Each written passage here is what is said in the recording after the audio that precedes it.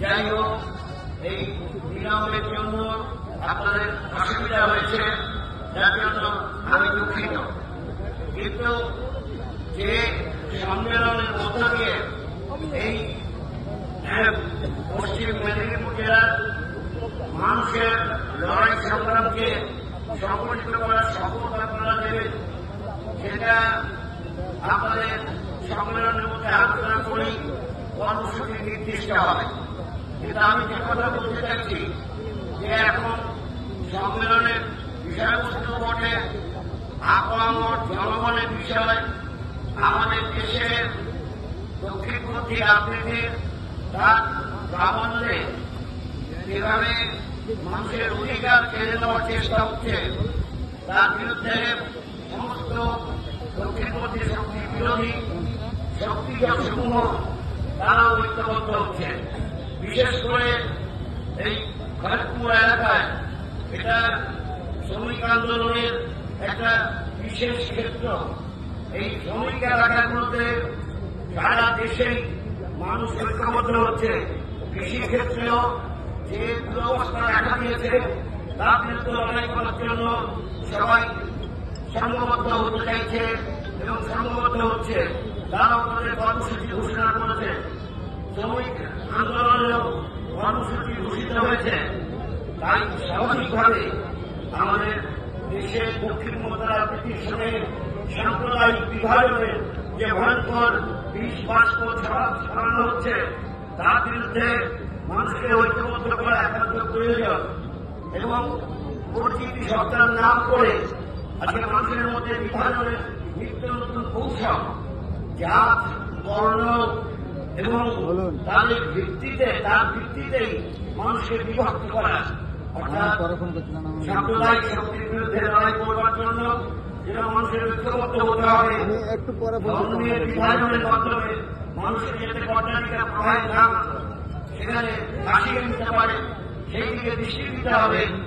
একই সঙ্গে সমস্ত মানুষের ঐক্য, যে গরিব মানুষের ঐক্য, তারপর গুরুত্ব করে সমস্ত মানুষের ঐক্য, যারা দক্ষিণপন্থার বিরুদ্ধে, যারা সাম্প্রদায়িকতার বিরুদ্ধে, যারা জাতপাতের ভিত্তিতে মানুষকে বিভক্ত করার বিরুদ্ধে, তাদের সংগবদ্ধ করার কাজটাই এখনকার সময়ে অত্যন্ত গুরুত্বপূর্ণ কাজ।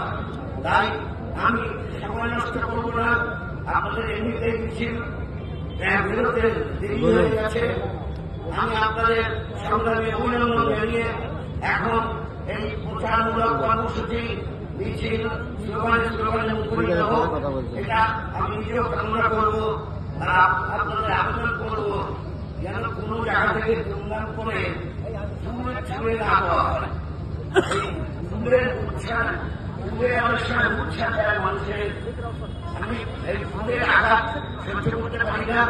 অন্যদিক থেকে যে আমাকে কাপড়গুলো ধুয়ে কিছুতেই পরিষ্কার করতে পারি না, ফুলের ত্যাগ করতে পারি না। তাই ফুলের আঘাতে আহত করবেন না। ধন্যবাদ। আপনাদের বেশি চলুন।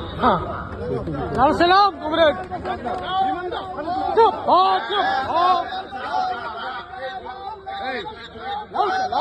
সালাম।